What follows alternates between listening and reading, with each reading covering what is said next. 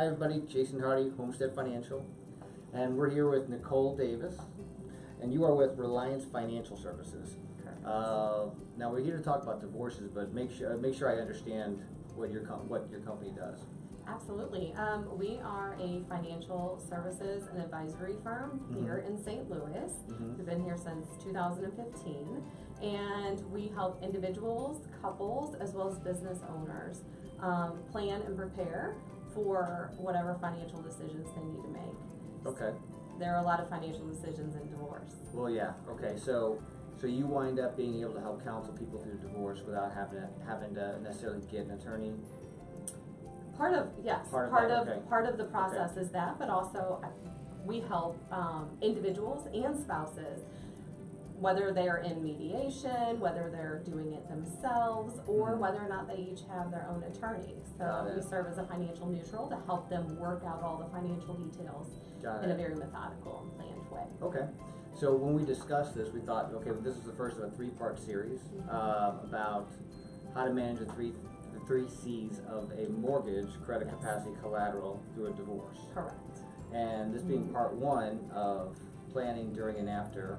It sounds weird. I'm saying planning for a divorce, but it's being proactive in planning one's financial future. Okay. I like your words a lot better than mine. Saying planning for a divorce, it sounds so terrible. So one of the things we want to talk about now, when somebody comes to you and they're thinking about it, what does that entail? So when one or both spouses come to us and they're thinking about a divorce, their main question is, what does this mean for us financially? And if they have minor children, what does it mean for their children as well? So basically, they've been sharing the expenses and sharing this household and building their nest egg together. When they become separate individuals again, their financial future is going to look very different. And it can still, look good and build upon what they've built together, but we do that in a very methodical, planned way to marry basically each of their goals with the resources they have and evaluate the options for dividing their what we call marital estate, the things that they've gathered together. So the marital estate, like the assets, like the home, stocks, bonds, but also like the debts, right? Correct. So so we call it, like, we look at the things that you own and the things that you owe, as well as your income and expenses today, as well as post-divorce, because each person is going to need a place to live. Each person still wants to contribute to their children's well-being, as well as the retirement accounts and purchasing their own home. So I know that you used the term like strategically uncouple the finances. Correct. So I guess that's kind of a descriptive term. So they're uncoupling the finances, because I know that on our side, what we wind up seeing is making sure that the people necessarily identify which debts are theirs, because they might identify as a debt to me, but the spouse.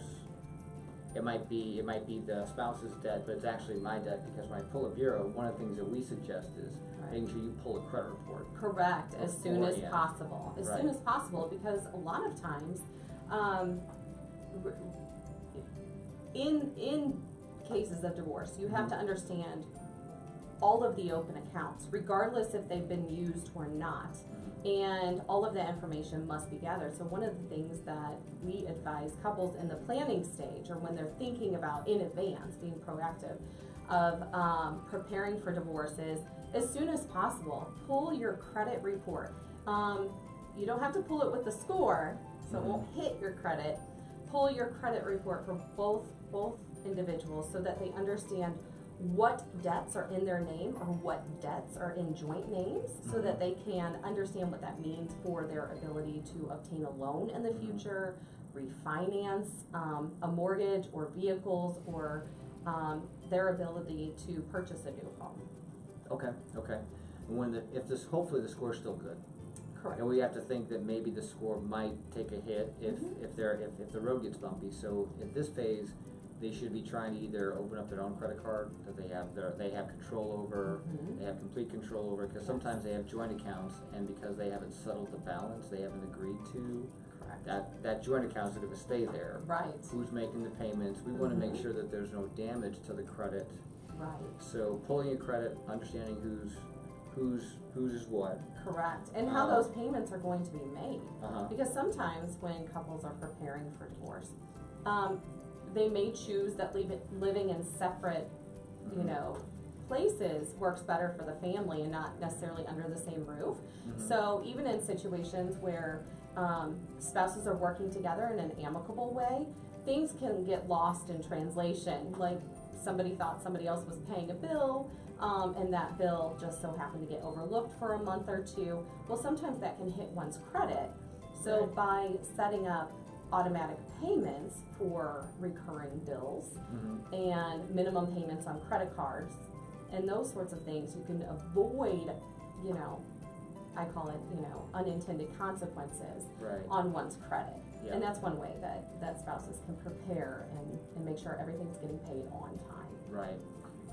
One thing I've said before is, like, just because the judge says that this becomes their debt, the credit bureau has a different measure. Just as the joint account, just because the judge says it becomes the ex-spouse, that's still reporting in both names. So the late will wind up on unintended consequences. Right? Yes, absolutely. Yeah, so preparing for that in advance is the best. So we have the credit piece, then we've got the capacity. So when we talk about capacity, the person who has assets or the person who makes the income. Correct. Now that's probably going to be the stickiest subject, because I'm always told that there's one financial part of that marriage usually. A lot of times you see the non-financial spouse. Correct. Right. So we have to be able to accommodate that person. So yeah, that's gotta be sticky. I don't know how that works. It is a little sticky, and it's quite scary for a lot of families, because usually there's been one spouse or the other, especially if there are younger children or children that are just into high school or college. There's usually been one spouse who has either put their career on hold or only been working part-time. So not only are they facing this transition and trying to catch up for what this means for them financially as an individual going forward, but they're also trying to determine, okay, what level of income do I need to support a household going forward? How do I go through the divorce process while also finding another source of income potentially, and also finding a new residence or refinancing the current one? And there are a lot of decisions to be made in the process, and I find that working together in advance as much as possible, and it is difficult to be on a job search and also going through this very emotional time, but planning ahead and being proactive, you have control over your destiny versus something happening to you. So I find that when we talk about those things, we can plan in advance. Where do you want to live? Do you want to assume the mortgage? If so, what is not only the cost of the house, but what are your grocery bills? What are the things for the children that you need? What about, what kind of lifestyle do you want to live? How much income do you make today, and how much will you need to make going forward? And how do we get you there? Perfect. Now, for our side of the fence of getting them there, alimony has been historically very, very difficult for us to be able to use to qualify for a mortgage, because it usually has an end date. Yes, it's not guaranteed for forever. Right. They get married again, and then it cuts off. So then that we have a hard time using that. So we wind up going to child support a lot. So on our side, we want the pay or to pay by check, make it very easily documentable, do not pay in cash, and we need to be able to have three years worth of continuance. So usually that means the child needs to be at least 15 or younger for us to be able to continue for 3 more years to use that income as support for the household to qualify for a mortgage. Right. So a couple other items that are very material to us is if there's been a material layoff where one, like you said, one spouse puts their career on hold. If there's been a material job gap, they need 6 months back on the job to be able to use that income. So those are the key points for us, and what that amounts to is usually if somebody's in the preparation phase and they've had a job layoff, they want to try and get pre-approved. The person that's the spouse that's going to be taking the home, we want to try and pre-approve them so we don't have to try and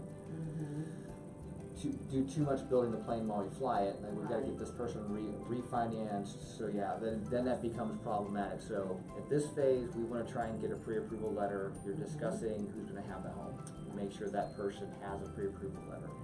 Right, and from a logistics perspective, and getting, you know, like you said, not building the plane when we're also trying to fly it, but getting ahead of the game will also allow the spouses to understand what's feasible. So, you know, sometimes couples are at risk of, well, we already made our agreements, this is what's going to happen, before anybody prompts them to say, well, are you able to? Are you able to refinance? Right. That's a great agreement. Mathematically, it works. And you guys are both happy, but they can't do it. Yeah. Right.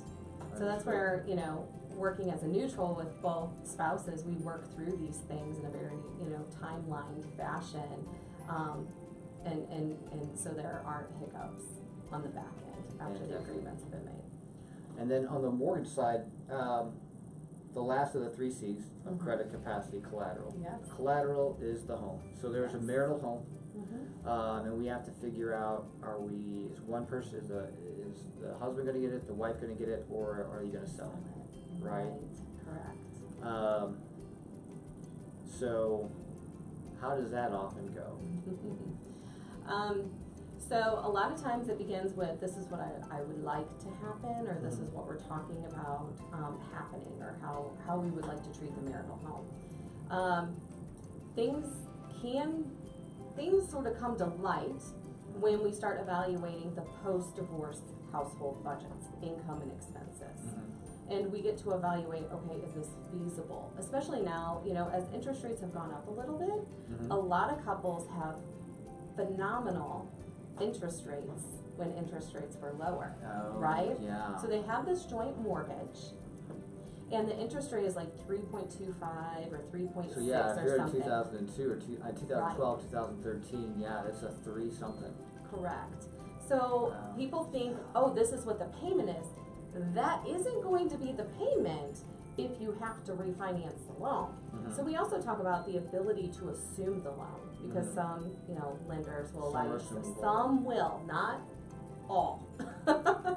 In that instance, that's a great situation, so long as somebody will qualify for that and the institution will do that. In other instances, it needs to be refinanced. And if it's going to be refinanced, or you have to buy another home, you have to figure out how much payment you can afford. Like, what does that mean for your income or for your discretionary income at the end of each month? And we'll tell individuals how much home they can afford, especially if they're buying out part of the equity in their existing home. So say there's $100,000 of equity, and the person keeping the home needs to refinance and take out an additional $25,000 to buy out their half. Yeah. Right. We understand what that, or we go through the process of understanding what that payment looks like on an ongoing basis going forward. And one of the things that the departing spouse needs that mortgage payment off of their credit bureau. Correct. So in order for us to underwrite the departing spouse, again, divorce decree says, what is the credit bureau, what is underwriting standards, and trying to marry those is kind of the purpose of why we're here. So the divorce decree can say, well, the wife gets the home and assumes the marital debt, but we still have this payment that's hell or high water, they're still contractually liable. Obligated. Yeah, so Correct. So we have to be able to address that. So yeah, absolutely. Let's see. Yeah, again, I'm going back to my notes here. No matter what the divorce decree says, the mortgage payment's still reporting that. So right. The financial institution holds the two individuals or the individual who signed off on, I will pay this mortgage liable no matter what. And sometimes it's a timing issue. Like sometimes, you know, refinancing the house, they're waiting on other resources to qualify for that loan. Yeah. And the person that is departing the home and looking to buy a new home has to wait until that mortgage is out of their name. And even when the mortgage is out of their name, it can take up to a month or a little longer for it to reflect on their credit. Or more if you, right. if you don't plan properly. Correct. All right. Well, that's the 3 C's in a preparation phase.